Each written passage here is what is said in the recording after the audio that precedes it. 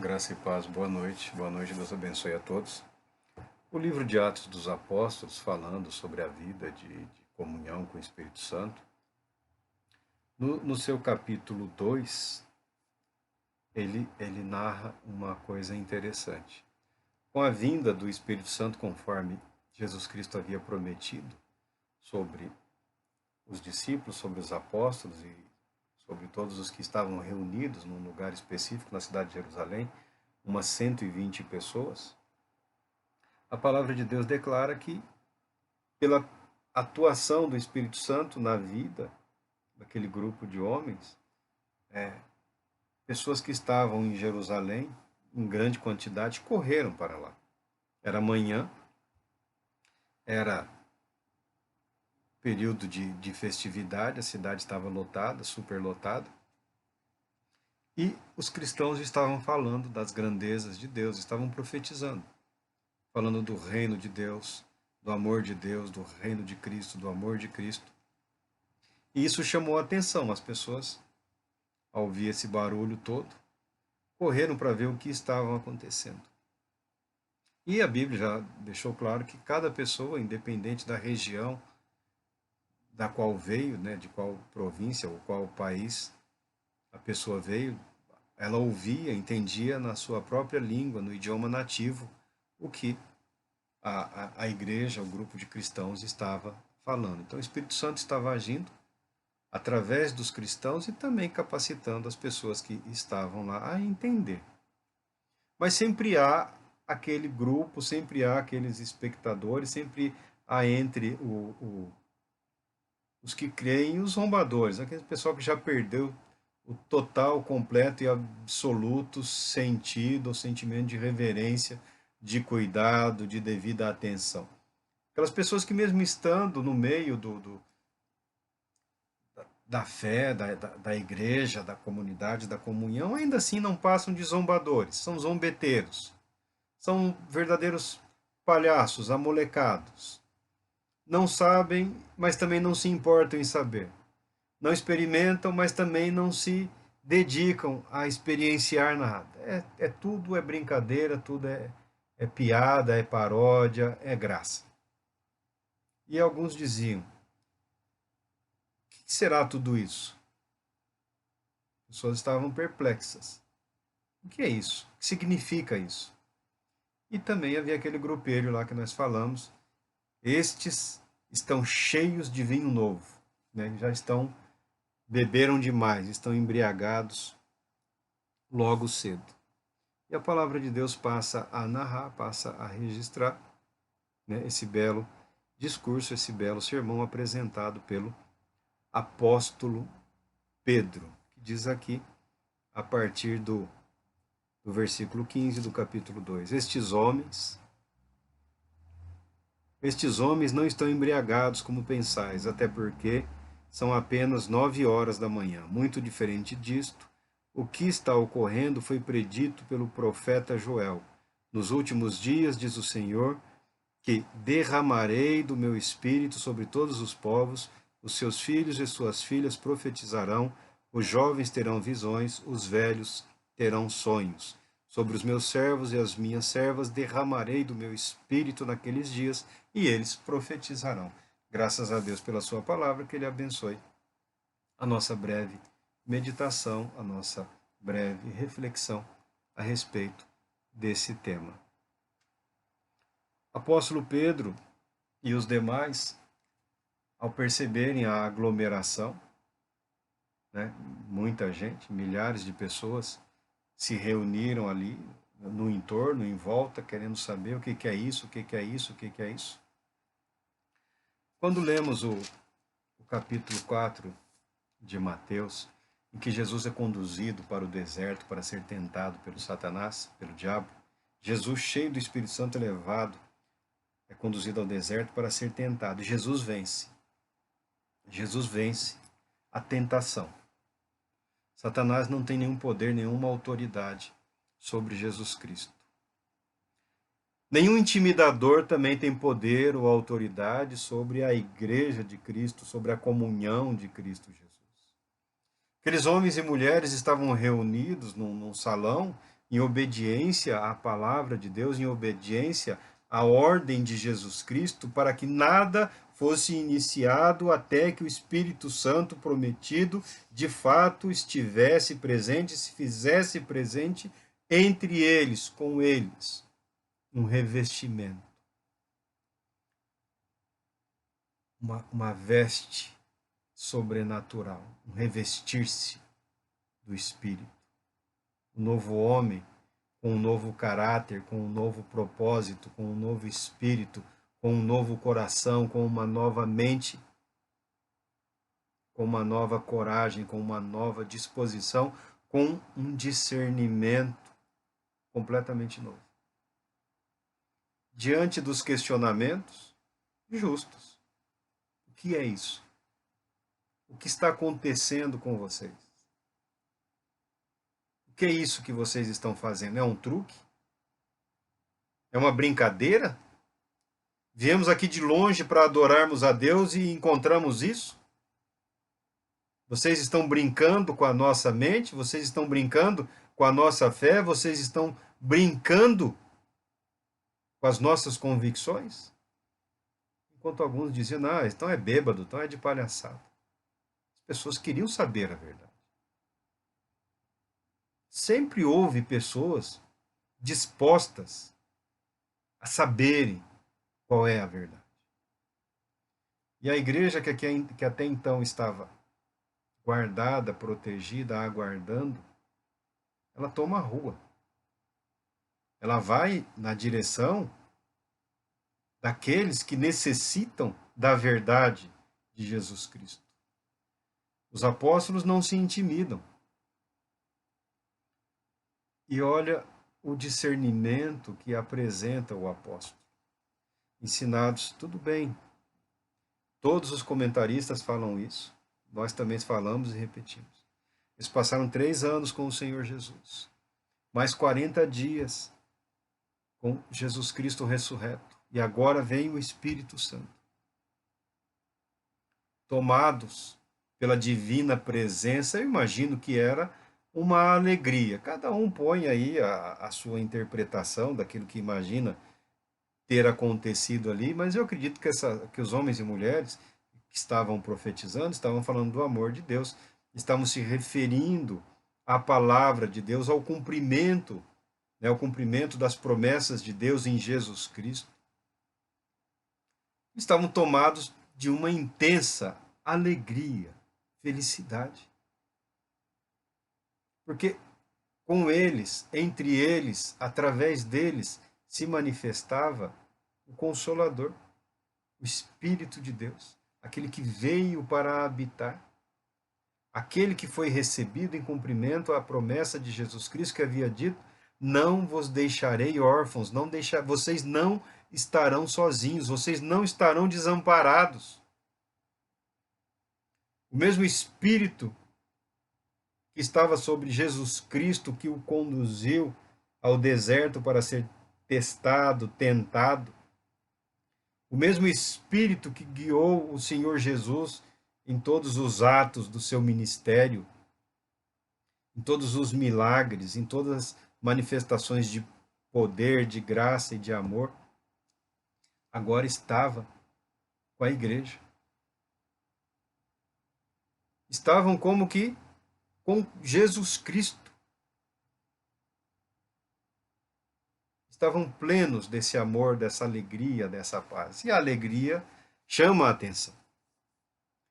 A alegria, apesar da situação, às vezes até incomoda. Às vezes até incomoda. O que é isso? Que alegria toda é essa? Vocês não estão vendo os soldados romanos? Vocês não estão vendo aí os absurdos?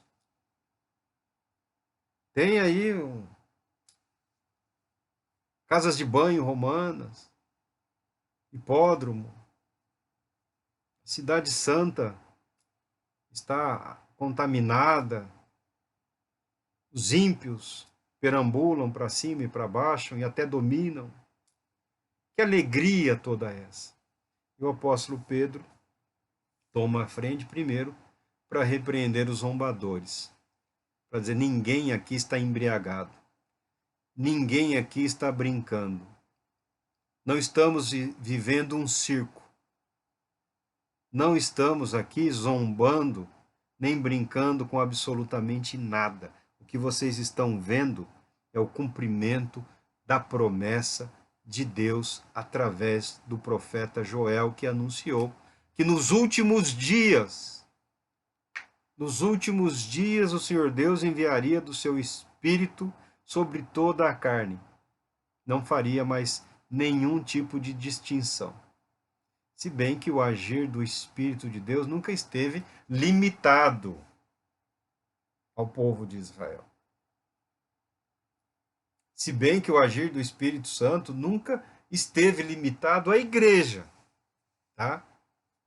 O Espírito Santo, como nós falamos, o Espírito Santo habita a igreja, o corpo de Cristo, mas não está preso. Não está preso às vontades, às limitações, aos caprichos de quem quer que seja.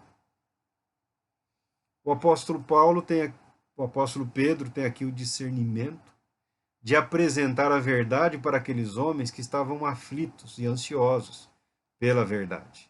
Será esse o tempo da redenção de Israel? Será esse o tempo do fim? Meu Deus, o que temos vivido, o que tem acontecido, o que tem se passado. E diz aqui as palavras do apóstolo, ele descreve toda a profecia de Joel. Ele inclui a vinda do Espírito e o raiar do juízo. A vinda do Espírito Santo sobre toda a carne antecipa o juízo de Deus para a humanidade. Mostrarei maravilhas em cima, no céu, e sinais embaixo na terra, sangue, fogo e nuvens de fumaça. O sol se tornará em trevas e a lua em sangue, antes que venha o grande e glorioso dia do Senhor. E todo aquele que invocar o nome do Senhor será salvo.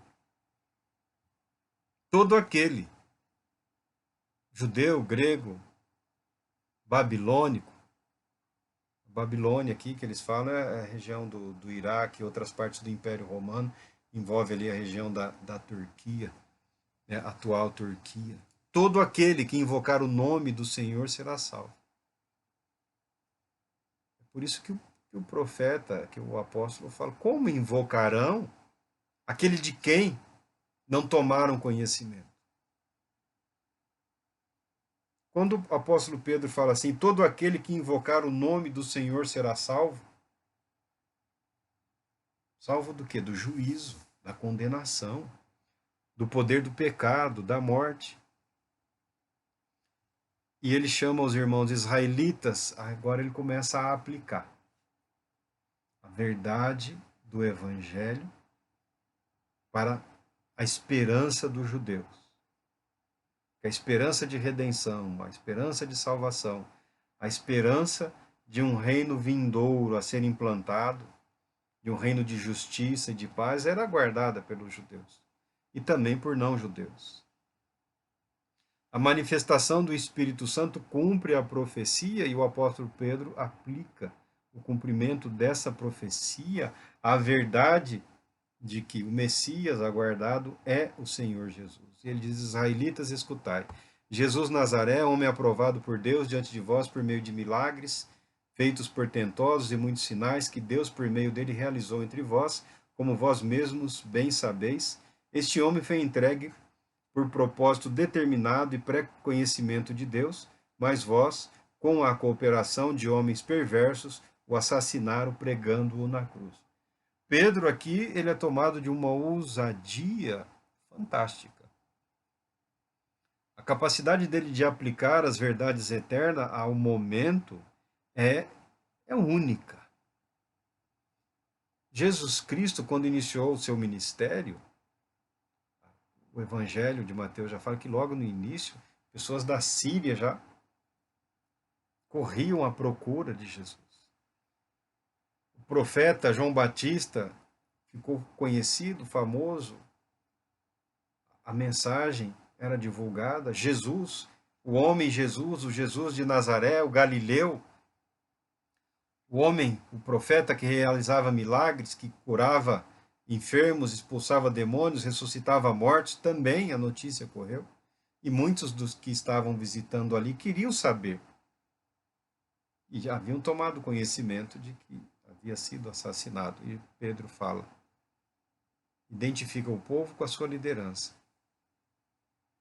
Tudo que Jesus fez, Pedro fala, ele usa muito a palavra de pré-conhecimento, pré-ordenação, pré-determinação, predestinação, colocando todos os acontecimentos da nossa vida, especialmente dos eventos da salvação, como acontecimentos preparados por Deus, pré-ordenados, sem acaso, sem aconteceram porque Deus assim havia determinado. Deus havia preparado a salvação, mas o ato de condenar, a morte, foi um ato preparado por homens livres, por homens agentes morais livres, homens conscientes, que viram em Jesus uma ameaça ao seu poder, uma ameaça à sua posição, uma ameaça ao domínio que eles exerciam sobre o povo, uma ameaça à parceria, religião, dominador estrangeiro. E Pedro, ao falar dos líderes, aponta para os religiosos também. Aqui, ó, ele disse, ó, com a cooperação de homens perversos, ó, mas vocês judeus, irmãos israelitas, vocês, na pessoa dos seus representantes, o assassinaram pregando-o na cruz. Entretanto, esse ato maldoso já havia sido conhecido por Deus, e Deus o ressuscitou dos mortos, rompendo os laços da morte, porque era impossível que a morte o retivesse. Não foi a covardia da liderança religiosa que tirou a vida do Senhor Jesus. Eles o acusaram falsamente, o condenaram injustamente, mas já era propósito dele entregar-se voluntariamente por aqueles a quem ele amou. Quando Jesus estava orando com seus discípulos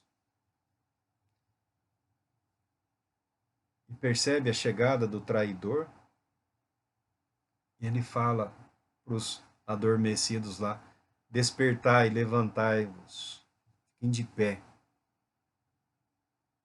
vamos encontrá-los.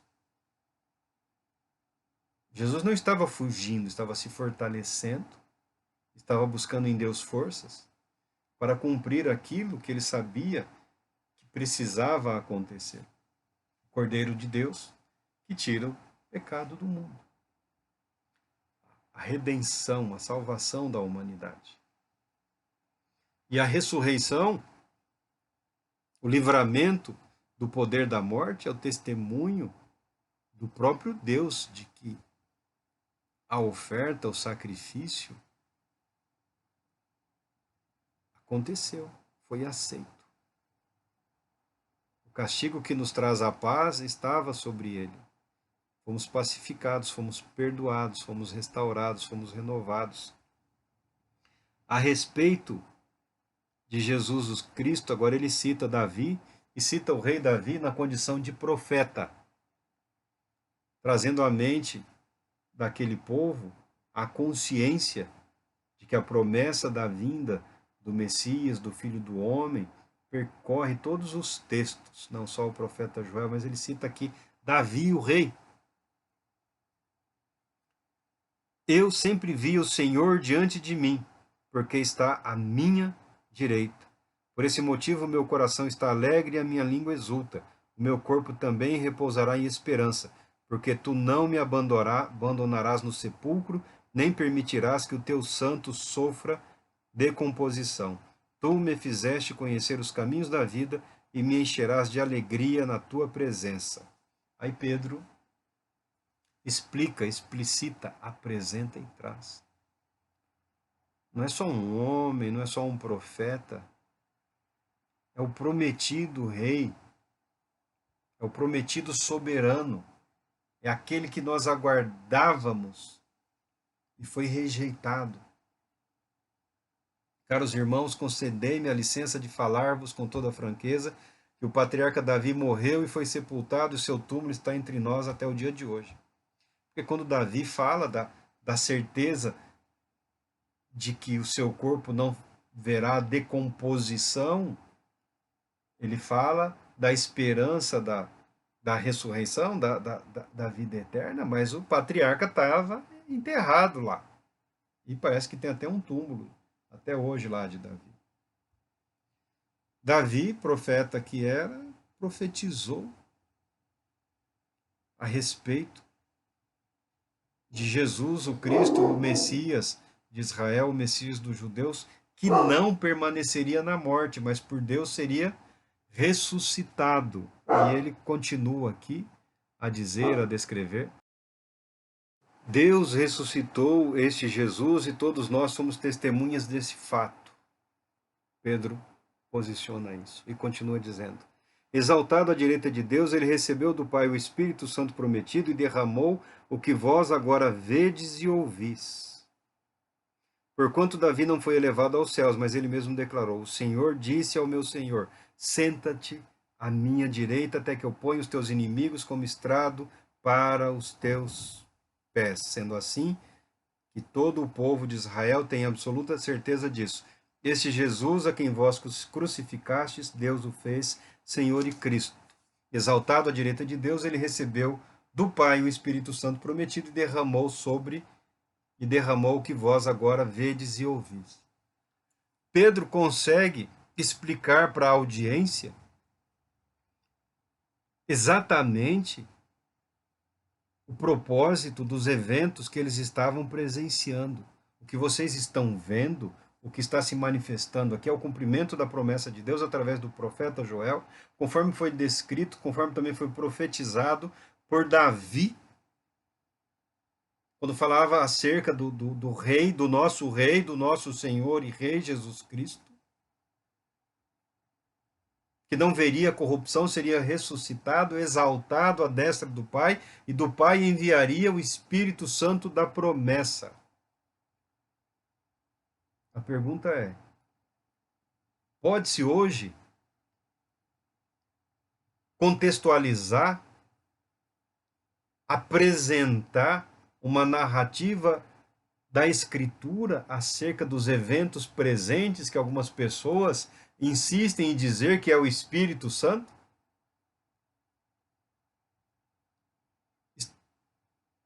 Todos os eventos, acontecimentos, falações, premonições, rogações, podem ser justificados e apresentados de forma coerente com a narrativa proposta pelo Espírito de Deus através da sua palavra, através dos ditos dos profetas, através dos salmos?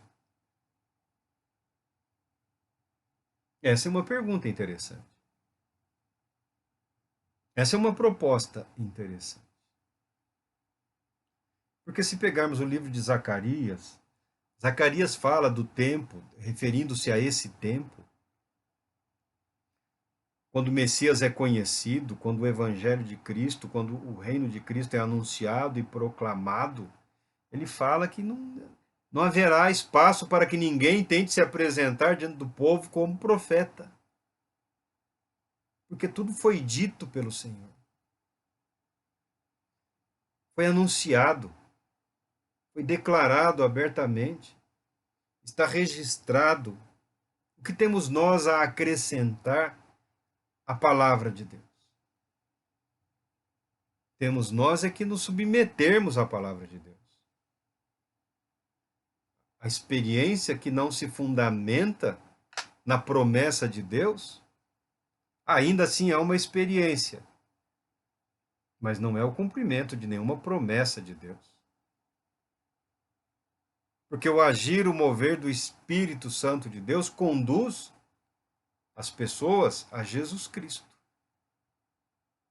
Conduz aqueles que experimentam, que experienciam, que vivem, que vivenciam um estado de consciência de que Deus de fato está agindo, ou de que o que está acontecendo foge, vai além da nossa capacidade de interpretação e de mediação. Buscamos apoio e suporte onde? Na Escritura, na Palavra de Deus. Exatamente tudo o que aconteceu naquele dia estava em consonância com a Palavra de Deus. Todos os fatos, todos os eventos. Podemos dizer o mesmo em relação aos experimentos que temos visto por aí? Que foi em algum lugar, pescou não sei onde, viu não sei o quê, e traz e vamos ver se funciona. Vamos ver se funciona. Vamos testar. Não, não. A igreja, só a igreja, se ela estiver na comunhão com o seu Senhor. Os eventos, os acontecimentos só glorificam, só exaltam o nome de Deus se eles têm origem na palavra de Deus, na promessa de Deus, não nas nossas expectativas vãs, não nos nossos pensamentos e nos nossos anseios. Qual deve ser o resultado? O resultado sempre está de acordo com o plano e com o propósito de Deus.